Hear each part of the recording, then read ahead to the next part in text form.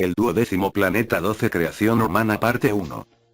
La afirmación, registrada y transmitida por los sumerios, de que el hombre fue creado por los Nefilim, parece entrar en conflicto, a primera vista, tanto con la teoría de la evolución como con los dogmas judeo-cristianos basados en la Biblia. Pero, de hecho, la información contenida en los textos sumerios, y solo esa información puede afirmar tanto la validez de la teoría de la evolución como la verdad del relato bíblico, y demostrar que, en realidad, no existe conflicto alguno entre ambas. En la epopeya cuando los dioses como hombres, en otros textos concretos y en referencias de pasada, los sumerios describieron al hombre no solo como una creación deliberada de los dioses, sino también como un eslabón en la cadena evolutiva que comenzó con los acontecimientos celestes descritos en la epopeya de la creación.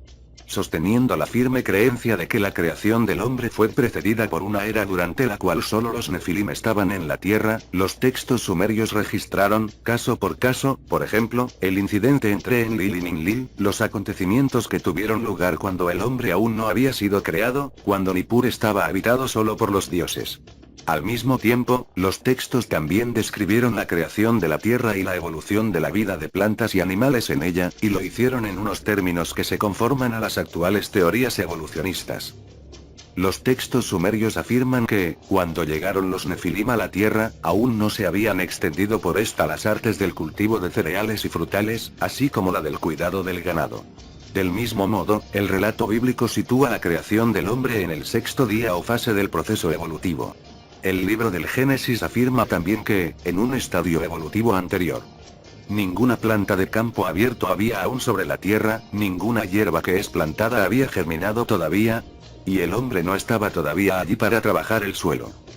Todos los textos sumerios afirman que los dioses crearon al hombre para que hiciera el trabajo de ellos. Explicado en boca de Marduk, la epopeya de la creación da cuenta de la decisión. Engendraré un primitivo humilde. Hombre será su nombre. Crearé un trabajador primitivo. Él se hará cargo del servicio de los dioses, para que ellos puedan estar cómodos. Los términos que sumerios y acadios utilizaban para designar al hombre hablan a las claras de su estatus y de su propósito. El hombre era un Nu, primitivo, un Muameu, trabajador primitivo, un Auidum, obrero. Que el hombre hubiera sido creado para servir a los dioses no resultaba en absoluto una idea chocante o extraña para los pueblos antiguos. En los tiempos bíblicos, la divinidad era señor, soberano, rey, amo. La palabra que, normalmente, se traduce como culto era, en realidad, abor, trabajo. El hombre antiguo y bíblico no daba culto a su Dios. Trabajaba para él. Pero, en cuanto a la deidad bíblica, al igual que los dioses de los relatos sumerios, creó al hombre, plantó un jardín y puso al hombre a trabajar en él. Y el Señor Dios tomó al hombre y lo puso en el jardín del Edén para que lo labrase y cuidase. Más adelante, la Biblia describe a la divinidad paseando por el jardín a la hora de la brisa, ahora que el nuevo ser estaba allí para cuidar del jardín del Edén. Tan lejos se encuentra esta versión de aquello que dicen los textos sumerios acerca de que los dioses exigieron trabajadores para, así, poder ellos descansar y relajarse. En las versiones sumerias, la decisión de crear al hombre se adoptó en la asamblea de los dioses. De manera significativa, el libro del Génesis, que, supuestamente, ensalza los logros de una sola deidad, utiliza el plural Elohim, literalmente Deiradej, para denotar a Dios, y nos hace un sorprendente comentario. Y Elohim dijo: hagamos al hombre a nuestra imagen, como semejanza nuestra. ¿De quiénes está hablando no la singular, sino la plural deidad? ¿Y quiénes eran esos nosotros en cuya plural imagen y plural semejanza había que hacer al hombre? El libro del Génesis no nos da la respuesta. Después, cuando Adán y Eva comieron del fruto del árbol del conocimiento, Elohim hace una advertencia a los mismos colegas anónimos. He aquí que el hombre ha venido a ser como uno de nosotros, en cuanto a conocer el bien y el mal. Dado que el relato bíblico de la creación, al igual que otros relatos de los comienzos en el Génesis, proviene de fuentes sumerias, la respuesta es obvia.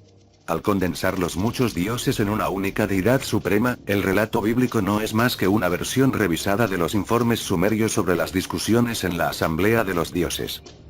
El Antiguo Testamento se esfuerza por dejar claro que el hombre no era un dios ni era de los cielos. Los cielos son los cielos del Señor, a la humanidad la tierra Él le ha dado. El nuevo ser fue llamado el Adán porque fue creado de la Adama, de la tierra, del suelo de la tierra. En otras palabras, el Adán era el terrestre.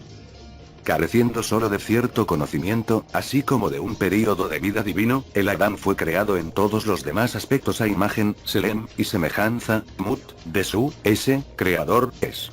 El uso de ambos términos en el texto se hizo para no dejar duda de que el hombre era similar a los Dios, es, tanto en lo físico como en lo emocional, en lo externo y en lo interno. En todas las antiguas representaciones artísticas de dioses y hombres, la semejanza física es evidente.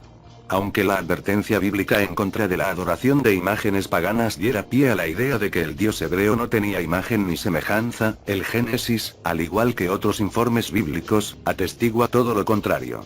El dios de los antiguos hebreos se podía ver cara a cara, se podía luchar con él, se le podía escuchar y hablar.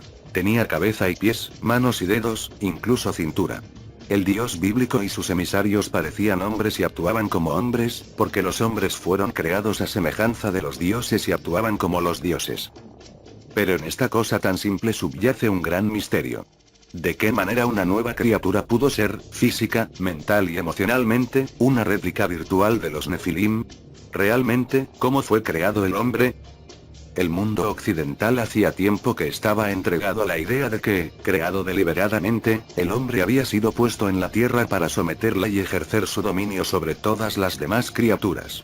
Después, en noviembre de 1859, un naturalista inglés llamado Charles Darwin publicó un tratado llamado On the Origin of Species by Means of Natural Selection, or the Preservation of Favored Races in the Struggle for Life.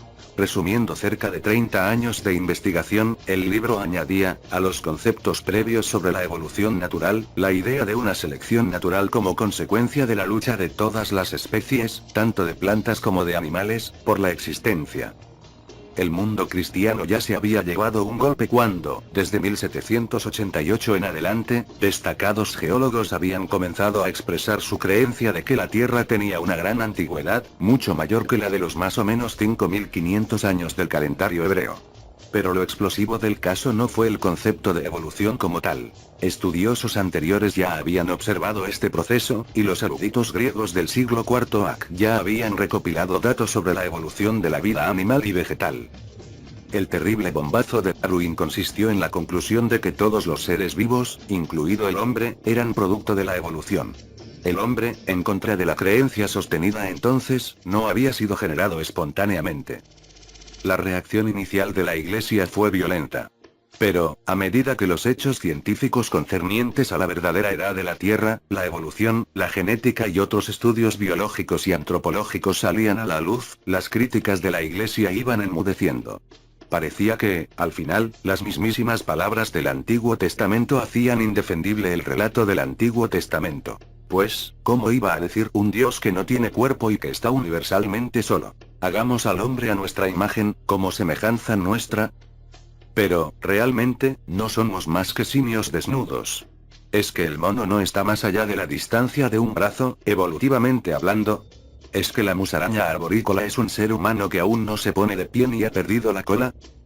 Como ya mostramos al comienzo de este libro, los científicos modernos van a tener que cuestionarse las teorías simples. La evolución puede explicar el curso general de los acontecimientos que han hecho que la vida y las formas de vida se desarrollen en la Tierra, desde la más simple criatura unicelular hasta el hombre.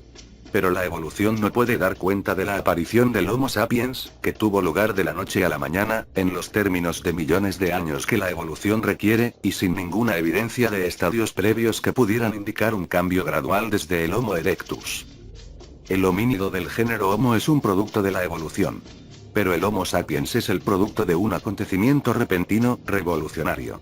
Apareció inexplicablemente hace unos 300.000 años, millones de años demasiado pronto. Los expertos no tienen explicación para esto. Pero nosotros sí. Los textos sumerios y babilonios sí que la tienen. Y el Antiguo Testamento también. El Homo sapiens, el hombre moderno, fue creado por los antiguos dioses. Afortunadamente, los textos mesopotámicos hacen una clara exposición del momento en que fue creado el hombre. El relato de las fatigas y el posterior motín de los Anunnaki nos dice que durante 40 períodos sufrieron el trabajo, día y noche. Los largos años de su duro trabajo los dramatizó el poeta con la repetición de versos. Durante 10 períodos sufrieron el duro trabajo. Durante 20 períodos sufrieron el duro trabajo. Durante 30 periodos sufrieron el duro trabajo. Durante 40 periodos sufrieron el duro trabajo. El antiguo texto usa el término ma para decir periodo, y la mayoría de los expertos lo han traducido por año. Pero el término connotaba algo que se completa y, después, se repite. Para los hombres de la Tierra, un año equivale a una órbita completa de la Tierra alrededor del Sol. Pero, como ya hemos demostrado, la órbita del planeta de los Nefilim equivalía a un shar, o 3600 años terrestres. 40 shar, o 144.000 años terrestres, después de su llegada, fue cuando los Anunnaki dijeron: basta. Si los Nefilim llegaron a la Tierra, tal como hemos concluido, hace alrededor de 450.000 años, la creación del hombre debió tener lugar hace unos 300.000 años. Los Nefilim no crearon a los mamíferos, a los primates o a los homínidos. El Adán de la Biblia no era el género Homo, sino el ser que es nuestro antepasado, el primer Homo sapiens. Lo que los Nefilim crearon es el hombre moderno, tal como lo conocemos. La clave para comprender este hecho crucial se encuentra en el relato en el que despiertan a Enki para informarle que los dioses han decidido formar un Adamu, y que su tarea consiste en buscar la forma de hacerlo. A todo esto, responde Enki: la criatura cuyo nombre pronunciáis existe. Y añade: sujetad sobre ella, sobre la criatura que ya existe, la imagen de los dioses. Aquí, por tanto, se encuentra la respuesta al enigma. Los Nefilim no crearon al hombre de la nada. Más bien, tomaron una criatura que ya existía y la manipularon para sujetar sobre ella la imagen de los dioses. El hombre es el producto de la evolución. Pero el hombre moderno, el Homo sapiens, es el producto de los dioses. Pues, en algún momento, hace alrededor de 300.000 años, los Nefilim cogieron a un hombre simio, Homo erectus, y le implantaron su propia imagen y semejanza. No hay ningún conflicto entre la evolución y los relatos de la creación del hombre de Oriente Próximo. Más bien, se explican y se complementan uno a otro. Pues, sin la creatividad de los Nefilim, el hombre moderno se encontraría aún a millones de años de distancia en su árbol evolutivo. El 12º planeta 12 Creación humana parte 2. Remontémonos en el tiempo e intentemos visualizar las circunstancias y los acontecimientos, tal como se revelaron. La gran etapa interglacial, que comenzó hace alrededor de 435.000 años, y su clima cálido hicieron que proliferara el alimento y los animales. También aceleró la aparición y la expansión de un avanzado simio de aspecto humano, el Homo erectus. Cuando los Nefilim observaran toda esta fauna, no solo verían a los mamíferos predominantes sino también a los primates, entre los cuales estarían esos simios de aspecto humano. Y existe la indudable posibilidad de que algunas de esas bandas de Homo erectus que iban de aquí para allí se sintieran fascinadas y se acercaran a observar los objetos ígneos que se elevaban en el cielo. Incluso es muy posible que los Nefilim observaran, encontraran incluso, capturaran a algunos de estos interesantes primates. Que los Nefilim y los simios de aspecto humano se conocieron es algo que viene atestiguado por varios textos antiguos. Un relato sumerio, que trata de los tiempos primordiales, afirma: cuando la humanidad fue creada, no sabían nada sobre comer pan, y no sabían nada sobre ponerse prendas de vestir. Comían plantas con la boca, como la oveja. Bebían agua de una zanja. En la epopeya de Gilgamesh se describe también a este ser humano medio animal. Aquí se nos dice el aspecto que tenía Enkidu, el nacido en las estepas, antes de civilizarse. Peludo es todo su cuerpo, tocado en la cabeza con una melena como la de una mujer. No sabe nada de gente ni de tierra. Su atuendo es como el de uno de los campos verdes. Come hierba con las gacelas. Con las bestias salvajes se codea en el abrevadero. Con las prolíficas criaturas en el agua su corazón se deleita. El texto acadio no solo describe a un hombre de aspecto animal, también habla de un encuentro con tal ser. Entonces, un cazador, uno que pone trampas, se puso frente a él en el abrevadero. Cuando el cazador lo vio, su cara se quedó inmóvil. La inquietud tocó su corazón, su rostro se ensombreció, pues la angustia había entrado en su vientre. En el cazador había algo más que temor, tras contemplar al salvaje, a ese bárbaro de las profundidades de la estepa. Pues ese salvaje se entrometía también en los asuntos del cazador. Él rellenaba los hoyos que yo había cavado, desmontaba las trampas que yo había puesto. Las bestias y las criaturas de la estepa había hecho que se me escaparan de entre las manos. No podemos pedir una descripción mejor de un hombre simio. Un nómada vagabundo peludo que ni sabe de gente ni de tierra, vestido con hojas, como uno de los campos verdes, comiendo hierba y viviendo entre animales. Sin embargo, no carece de cierta inteligencia, pues sabe cómo desmontar las trampas y rellenar los hoyos del cazador. En otras palabras, protegía a sus amigos animales, evitaba que fueran capturados por los cazadores alienígenas. Se han encontrado muchos sellos cilíndricos que representan a este hombre simio peludo entre sus amigos animales. Entonces, ante la necesidad de mano de obra, y resueltos a conseguir un trabajador primitivo, los Nefilim pensaron en una solución a la medida: domesticar al animal adecuado. El animal estaba disponible, pero el Homo erectus planteaba un problema. Por una parte, era demasiado inteligente y salvaje como para convertirse, así, por las buenas, en una dócil bestia de trabajo. Por otra parte, no se adecuaba realmente al trabajo requerido. Precisaría de algunos cambios físicos. Tenía que ser capaz de agarrar y usar las herramientas de los Nefilim, caminar y doblarse como ellos para poder sustituir a los dioses en campos y minas. Tenía que disponer de un cerebro mejor, no como el de los dioses, pero sí lo suficientemente bueno como para comprender las palabras, las órdenes y las tareas que se le asignaran. Necesitaba la suficiente inteligencia y comprensión como para ser un obediente y útil Amelu, un siervo. Sí, como las evidencias de la antigüedad y la ciencia moderna parecen confirmar, la vida en la Tierra germinó de la vida en el 12º planeta, la evolución en la Tierra debió avanzar del mismo modo en que lo hizo en el 12º planeta. Indudablemente, tuvo que haber mutaciones, variaciones, aceleraciones y retrasos provocados por las diferentes situaciones locales. Pero los mismos códigos genéticos, la misma química de la vida que se encuentra en todos los seres vivos de la Tierra tuvo que guiar el desarrollo de las formas de vida terrestres en la misma dirección general que siguió en el 12º planeta. Al observar las distintas formas de vida de la Tierra, los Nefilim y su científico jefe, Ea, no debieron tardar demasiado en darse cuenta de lo que sucedía. Durante la colisión celeste, su planeta había inseminado la Tierra con su propia vida. De ahí, que el ser que pretendían convertir en trabajador era, ciertamente, similar a los Nefilim, aunque en una forma menos evolucionada. Lo que necesitaban no era un proceso gradual de domesticación a través de generaciones de cría y selección, sino un proceso rápido que permitiera la producción masiva de nuevos trabajadores. Así pues, se le planteó el problema a Ea, que vio la respuesta de inmediato: imprimir la imagen de los dioses sobre el ser que ya existía. El proceso que Ea recomendó para conseguir un avance evolutivo rápido del Homo erectus era, según creemos, la manipulación genética. El 12º planeta 12 Creación humana parte 3.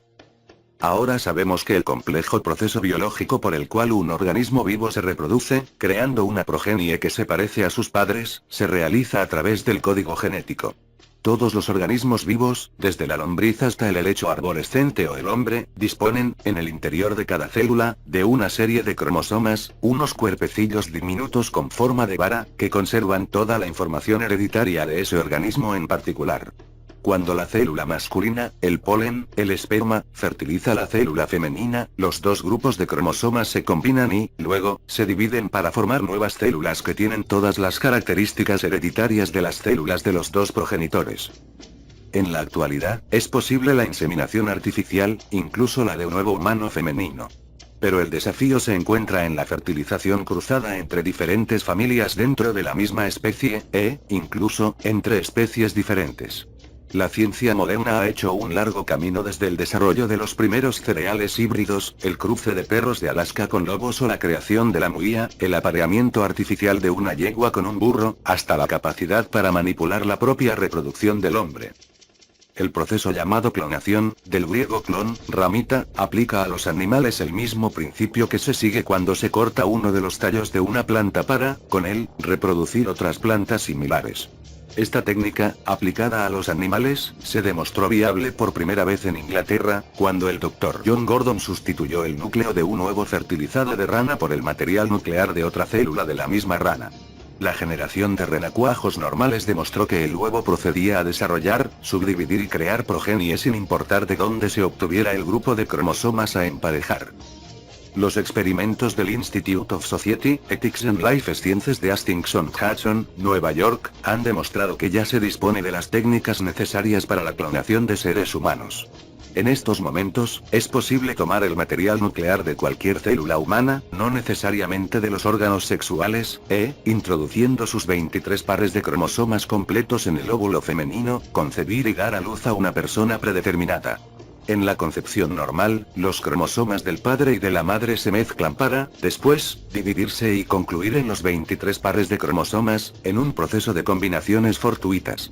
Pero, en la clonación, la descendencia es una réplica exacta de un grupo de cromosomas que no se ha dividido. Poseemos ya, según el Dr. W. Gailin, el tremendo conocimiento para hacer copias exactas de seres humanos, un número ilimitado de Hitlers, Mozarts o Einsteins, si hubiéramos preservado sus núcleos celulares. Pero el arte de la ingeniería genética no se limita a un proceso. Investigadores de muchos países han perfeccionado un proceso llamado fusión celular que hace posible fundir células en vez de combinar cromosomas dentro de una única célula. Como resultado de este proceso, células de diferentes procedencias se pueden fundir en una supercélula, conservando dentro de sí misma los dos núcleos y una doble serie de cromosomas emparejados. Cuando esta célula se divide, la mezcla de núcleos y cromosomas se puede extinguir según un modelo diferente al de cada célula antes de la fusión. El resultado puede ser el de dos nuevas células, cada una de ellas genéticamente completa, pero cada una con una nueva serie de códigos genéticos, completamente trastocados con relación a los que había en las células de los progenitores. Esto significa que las células de lo que, hasta ahora, eran organismos vivos incompatibles, por ejemplo, las de un pollo y las de un ratón, se pueden fundir para formar células nuevas con nuevas mezclas genéticas que producirán animales nuevos, que no serán ni pollos ni ratones, tal como los conocemos. Aún más refinado, el proceso nos puede permitir también la selección de las características o rasgos de una forma de vida que se pretenden impartir a la célula combinada o fusionada. Esto está llevando al desarrollo del amplio campo de los trasplantes genéticos. Ahora es posible extraer de determinadas bacterias un gen específico e introducirlo en una célula animal o humana, dándole a la descendencia una característica añadida. Deberíamos suponer que los Nefilim, que eran capaces de realizar viajes espaciales hace 450.000 años, debían de estar igualmente avanzados en el campo de las ciencias de la vida, si comparamos su situación con la nuestra de hoy en día.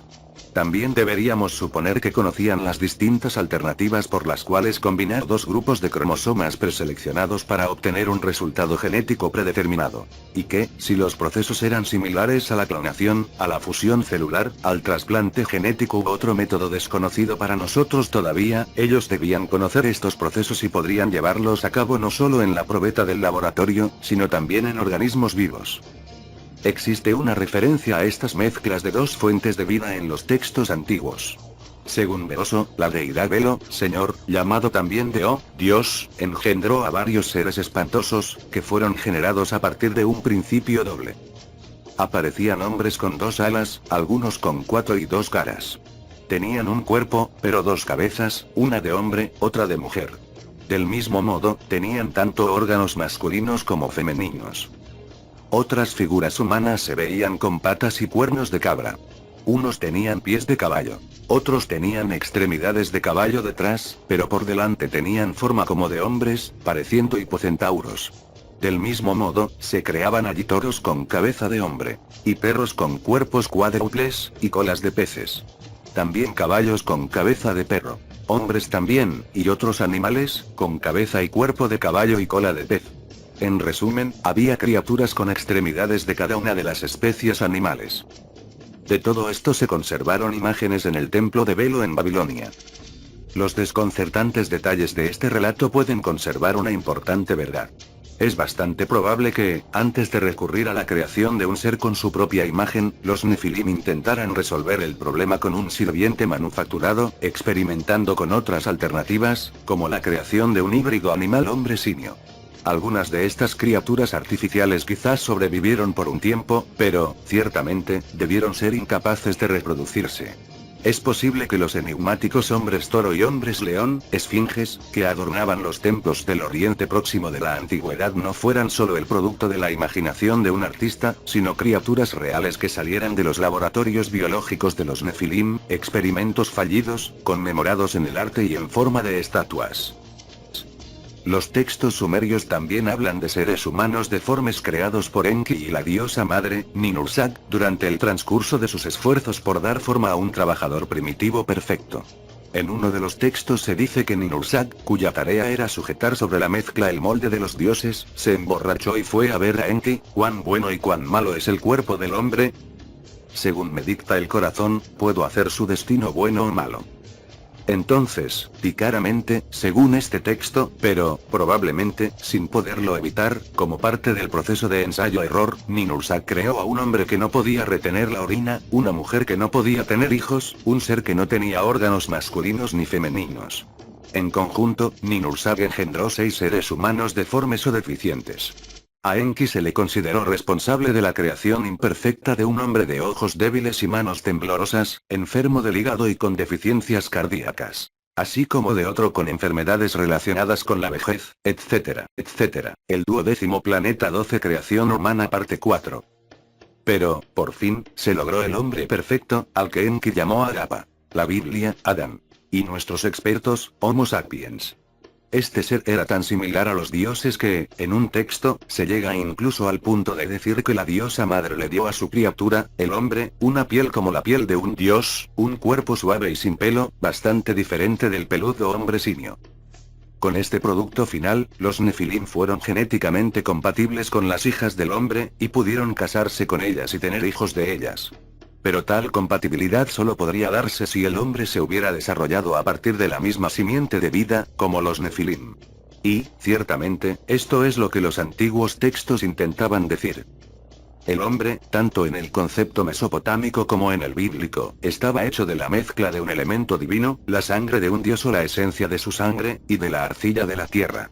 Y la verdad es que el término Lulu que se le aplicaba al hombre, aunque llevando el sentido de primitivo, significaba literalmente aquel que ha sido mezclado. Habiéndole pedido que diera forma a un hombre, la diosa madre se lavó las manos, tomó un pellizco de arcilla, lo mezcló en la estepa. Resulta fascinante observar aquí las precauciones higiénicas que tomó la diosa. Se lavó las manos. Nos encontramos también estos procedimientos clínicos en otros textos de la creación.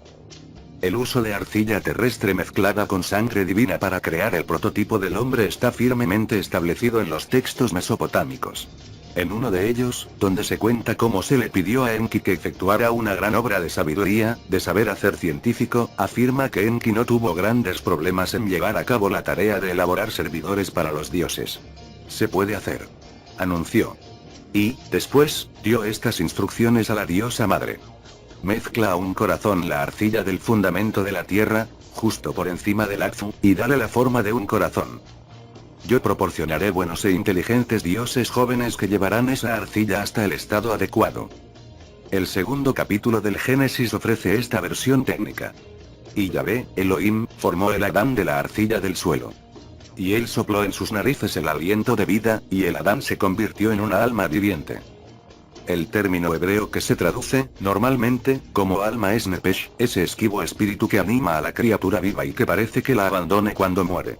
No por casualidad, el Pentateuco, los 5 primeros libros del Antiguo Testamento, exhorta una y otra vez contra el derramamiento de sangre humana y la ingestión de sangre animal porque la sangre es el Nepesh. Las versiones bíblicas de la creación del hombre equiparan, de este modo, Nepesh, espíritu, alma, y sangre. El Antiguo Testamento ofrece otra pista sobre el papel de la sangre en la creación del hombre.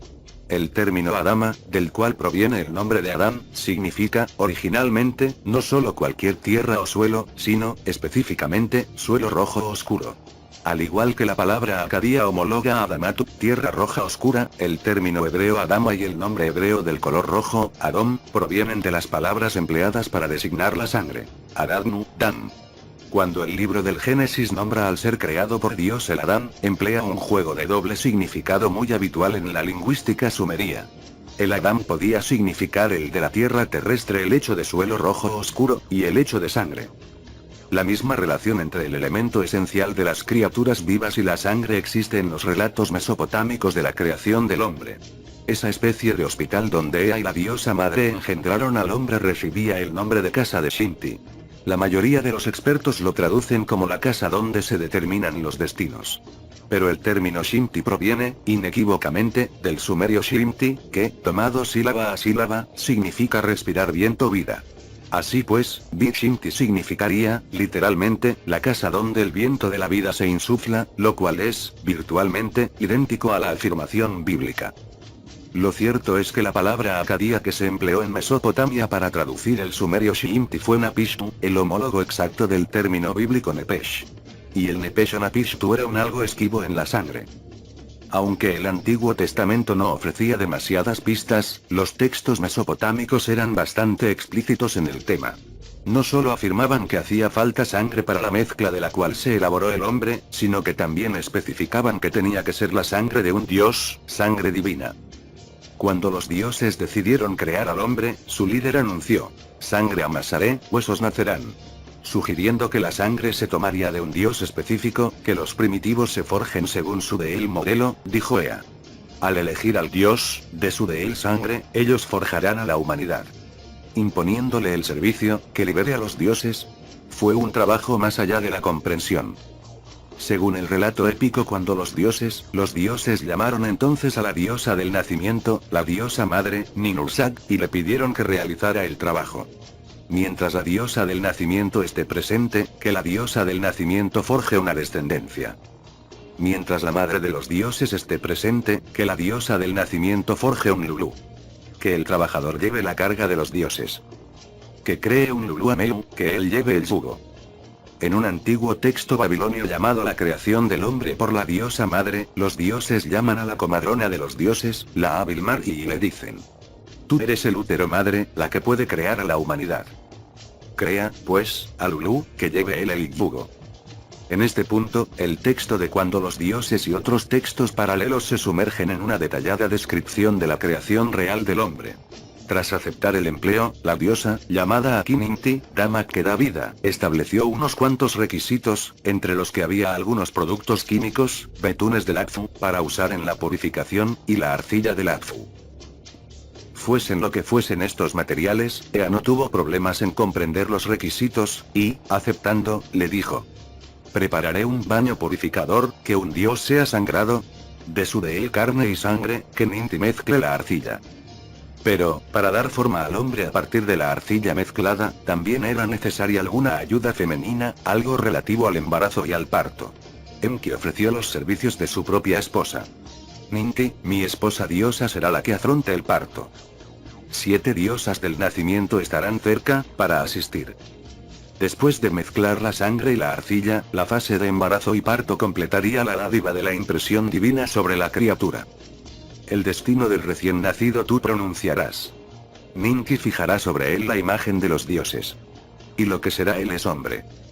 Algunas representaciones en sellos asirios bien pueden haberse inspirado en estos textos, mostrando a la diosa madre, su símbolo era el cortador del cordón umbilical, y a Ea, cuyo símbolo original era el creciente, mientras preparan las mezclas, recitan los ensalmos y se animan el uno al otro a proseguir. El 12º planeta 12 Creación humana parte 5. La implicación de la esposa de Enki, Ninti, en la creación del primer espécimen no defectuoso del hombre nos recuerda el relato de Adapa, del que ya hablamos en un capítulo anterior. En aquellos días, en aquellos años, el sabio de Eridu, Ea, lo creó como un modelo de hombres. Los expertos han conjeturado que las referencias a Adapa como hijo de Ea implicaban que el dios amaba a este ser humano hasta el punto de adoptarlo. Pero, en el mismo texto, Anu se refiere a Adapa como la descendencia humana de Enki. Parece que la implicación de la esposa de Enki en el proceso de creación de Adapa, el Adán modelo, generó algún tipo de relación genealógica entre el nuevo hombre y su dios. Pero era Ninti la que estaba embarazada de Adapa. Ninti bendijo al nuevo ser y se lo presentó a Ea. Algunos sellos muestran a la diosa, flanqueada por el árbol de la vida y matraces de laboratorio, sosteniendo al ser recién nacido. El ser así engendrado, al cual se refieren una y otra vez en los textos mesopotámicos como un hombre modelo o un molde, era, al parecer, la criatura adecuada, pues los dioses comenzaron entonces a exigir duplicados. Sin embargo, este detalle, que parece no tener importancia, no solo arroja luz sobre el proceso mediante el cual se creó a la humanidad, sino también sobre la información, de otro modo conflictiva, que aparece en la Biblia. Según el primer capítulo del Génesis. Elohim creó el Adán a su imagen, a la imagen de Elohim él lo creó. Macho y hembra él los creó. El capítulo 5, al cual se le llama el libro de las genealogías de Adán, afirma que el día en que Elohim creó a Adán, a semejanza de Elohim él lo hizo. Macho y hembra él los creó, y los bendijo, y los llamó Adán en el mismo día de su creación. En la misma frase, se nos dice que la deidad creó, a su imagen y semejanza, solo un único ser, el Adán, y luego se nos dice, en aparente contradicción, que ambos, macho y hembra, fueron creados simultáneamente. Y las contradicciones parecen agudizarse más en el segundo capítulo del Génesis, que es el que, concretamente, nos cuenta que Adán estuvo solo por un tiempo, hasta que la deidad lo hizo dormir y elaboró una mujer a partir de su costilla. Esta contradicción, que ha confundido a eruditos y teólogos a lo largo de siglos, desaparece en el momento en que nos damos cuenta de que los textos bíblicos eran una condensación de las fuentes originales sumerias.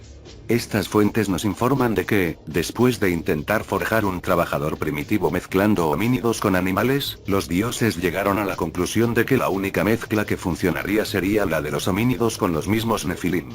Después de varios intentos infructuosos, se hizo un modelo, Arapa/Adán. Al principio, solo había un Adán.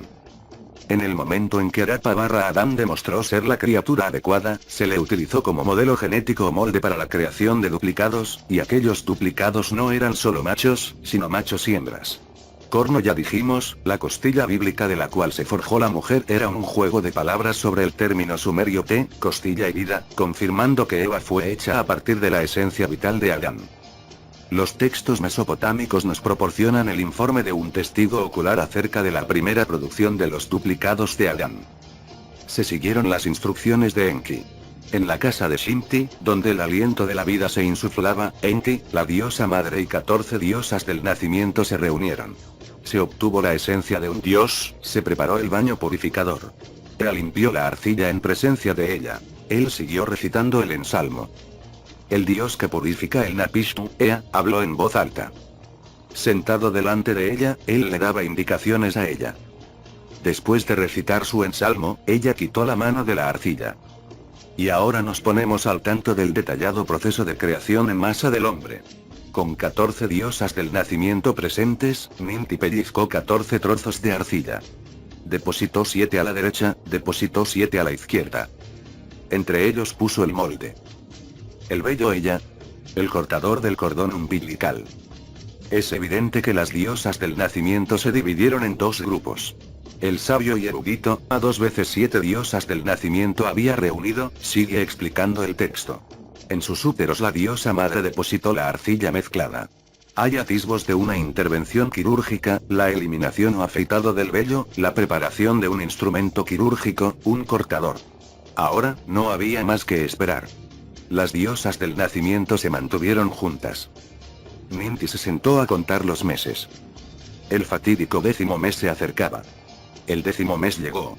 El período para que se abriera el útero había transcurrido. El rostro de ella irradiaba comprensión. Se cubrió la cabeza, llevó a cabo la obstetricia. Se ciñó la cintura, pronunció la bendición. Ella sacó una y en el molde había vida. Parece ser que el drama de la creación del hombre se compuso con un nacimiento posterior. La mezcla de arcilla y sangre se utilizó para provocar sendos embarazos en 14 diosas del nacimiento. Pero pasaron los 9 meses y el 10º mes comenzó. El período para que se abriera el útero había transcurrido. Comprendiendo lo que había que hacer, la diosa madre llevó a cabo la obstetricia. En un texto paralelo, a pesar de estar fragmentado, se ve con más claridad que la diosa madre tuvo que recurrir a algún tipo de operación quirúrgica. Ninti cuenta los meses. Al destinado 10º mes llamaron. La dama cuya mano abra llegó. Con él, ella abrió el útero. Su rostro brilló de alegría. Su cabeza fue cubierta. Hizo una abertura. Lo que estaba en el útero salió. Abrumada de alegría, la diosa madre dejó escapar un grito. Yo he creado. Mis manos lo han hecho. ¿Cómo se logró la creación del hombre? El 12º planeta 12 creación humana parte 6. En el texto de Cuando los dioses hay un pasaje cuyo objetivo era explicar por qué la sangre de un dios tenía que mezclarse con la arcilla. El divino elemento requerido no era la goteante sangre de un dios, sino algo más básico y duradero.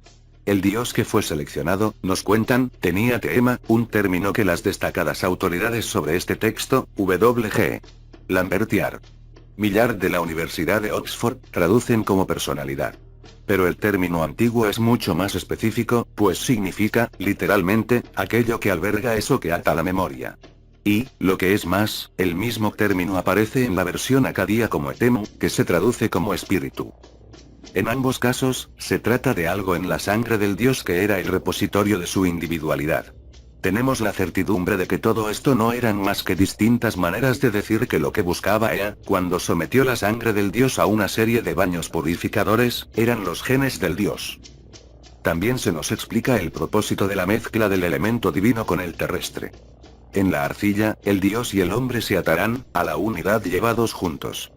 De manera que, hasta el final de los días, la carne y el alma que en un dios ha madurado, esa alma en un parentesco de sangre está atada. Como su señal la vida proclamará. De manera que esto no se olvide, que el alma en un parentesco de sangre está atada. Son palabras mayores, pero poco comprendidas por los estudiosos.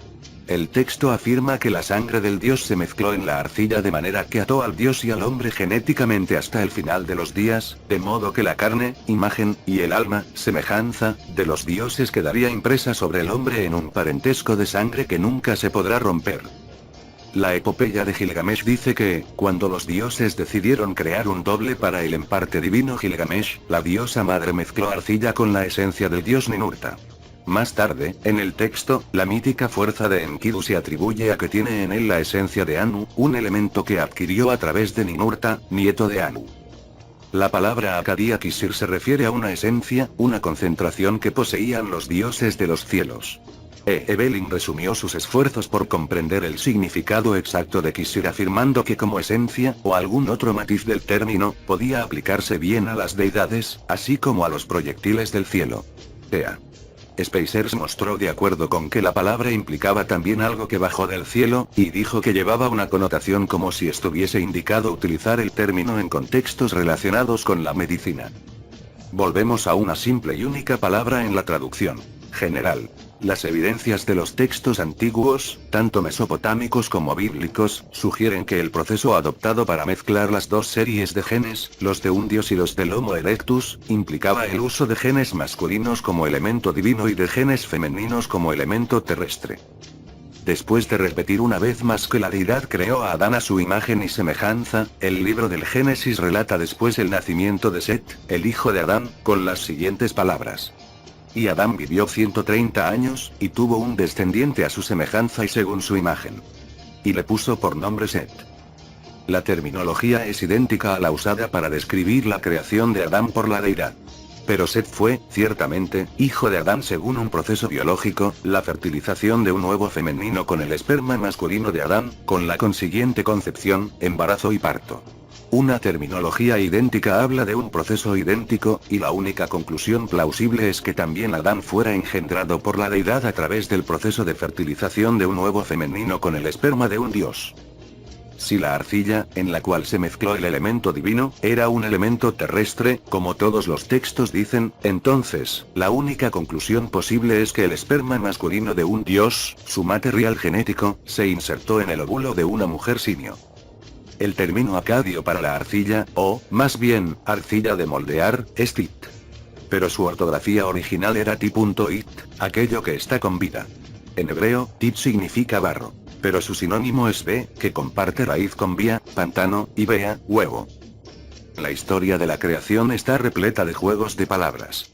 Ya hemos visto el doble y el triple significado de Adán Adama Adam Tudam.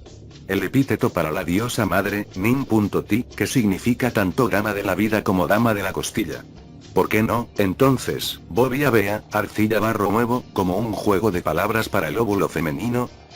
El óvulo de una hembra de Homo erectus, fertilizado con los genes de un dios, se implantó posteriormente en el útero de la esposa de Ea. Y, después de obtenido el modelo, se implantaron duplicados de esto en los úteros de las diosas del nacimiento, para someterse al proceso de embarazo y parto. El sabio y erudito, a 2 veces 7 diosas del nacimiento había reunido. 7 engendraron varones, 7 engendraron hembras. La diosa del nacimiento engendró el viento del aliento de vida. en pares fueron completados en presencia de ella. Las criaturas eran personas, criaturas de la diosa madre. El Homo sapiens había sido creado. Las leyendas y los mitos antiguos, la información bíblica y la ciencia moderna también son compatibles en un aspecto más. Al igual que los descubrimientos de los antropólogos modernos, de que el hombre evolucionó y emergió en el sudeste de África, los textos mesopotámicos sugieren que la creación del hombre tuvo lugar en el Apsu, en el mundo inferior, donde se encontraba el país de las minas. Junto con Agapa, el modelo del hombre, algunos textos mencionan a la sagrada Amamá, la mujer de la tierra, cuya morada estaba en el Apsu. En el texto de la creación del hombre, Enki le da las siguientes instrucciones a la diosa madre. Mezcla a un corazón la arcilla del fundamento de la tierra, justo por encima del Apsu. En un himno a las creaciones de Ea, que el Apsu modeló como su morada, se dice: el divino Ea en el Apsu tomó un pellizco de arcilla, creó a Kuya para restaurar los templos. El 12º planeta 12 Creación humana parte 7. El himno prosigue haciendo una relación de los especialistas en la construcción, así como de los encargados de los abundantes productos de la montaña y el mar que fueron creados por Ea, todos, se infiere, a partir de trozos de arcilla pellizcadas en el Apsu, el país de las minas, en el mundo inferior. Los textos dejan suficientemente claro que, aunque Ea construyó una casa de ladrillo junto al agua en Eridu, en el Apsu construyó una casa adornada con plata y piedras preciosas. Fue allí donde su criatura, el hombre, tuvo su origen. El señor del Apsu, el rey Enki, construyó su casa de plata y lapislázuli. De plata y lapislázuli, como luz centelleante, el padre forjó convenientemente en el Apsu. Las criaturas de semblante brillante, surgiendo del Apsu, puso en pie por todas partes el señor Nudimmud. Uno puede llegar a la conclusión, a partir de los distintos textos, de que la creación del hombre provocó una escisión entre los dioses. Parece que, al menos al principio, los nuevos trabajadores primitivos se restringieron al país de las minas. Como consecuencia de ello, a los Anunnaki que estaban trabajando duramente en la misma Sumer se les negaron los beneficios de la nueva mano de obra. Un desconcertante texto al que estudiosos llaman el mito de la piqueta es, de hecho, la crónica de los acontecimientos por los cuales los Anunnaki que estaban en Sumer bajo el mando de Enlil consiguieron su justa parte de gente de cabeza negra. Intentando restablecer el orden normal, Enlil tomó una decisión extrema, la de cortar los contactos entre el cielo, el 12º planeta o las naves espaciales, y la Tierra, y lanzó una acción drástica contra el lugar donde la carne brotaba. El señor, lo que es apropiado, hizo que sucediera. El señor Enlil, cuyas decisiones eran inalterables, verdaderamente se apresuró a separar el cielo de la tierra para que los creados pudieran salir. Verdaderamente se apresuró a separar la tierra del cielo. En el enlace cielo-tierra hizo un corte, para que los creados pudieran subir desde el lugar donde carne brotaba. Contra el país de la piqueta y la cesta, Enlil forjó un arma maravillosa llamada Alani, hacha que genera poder. Esta arma tenía un diente que, como un buey de un solo cuerno, podía atacar y destruir grandes murallas. Según las descripciones, debió ser una especie de taladradora gigante, montada sobre una especie de bulldozer, que aplastaba todo lo que se le ponía por delante. La casa que se rebela contra el Señor, la casa que no se somete al Señor, el Alani la hace someterse al Señor. Del mal, las cabezas de sus plantas aplasta. Arranca hasta la raíz, rompe hasta la cúspide. Armando su artefacto con un rasgador de tierra, Enlil lanzó su ataque. El señor hizo sacar el Alani, le dio sus órdenes. Puso el rasgador de tierra como corona en la cabeza, y lo metió en el lugar donde carne brotaba. En el agujero estaba la cabeza de un hombre. Desde el suelo, la gente se abría paso hacia Enlil. Él miró a sus cabezas negras con aspecto resuelto. Agradecidos, los Anunnaki hicieron sus solicitudes ante la llegada de los trabajadores primitivos y no perdieron tiempo en ponerlos a trabajar. Los Anunnaki subieron hacia él, levantaron las manos recibiéndolo, aplacaron el corazón de Enlil con oraciones. Cabezas negras le pedían. A las personas de cabeza negra, les hicieron coger la piqueta. Del mismo modo, el libro del Génesis transmite la información de que el Adán fue creado en algún lugar al oeste de Mesopotamia para, después, ser llevado al este, a Mesopotamia, para trabajar en el jardín del Edén. Y la deidad Yahvé plantó un huerto en Edén, en el este, y tomó al Adán y lo puso en el jardín del Edén para que lo trabajara y lo cuidara.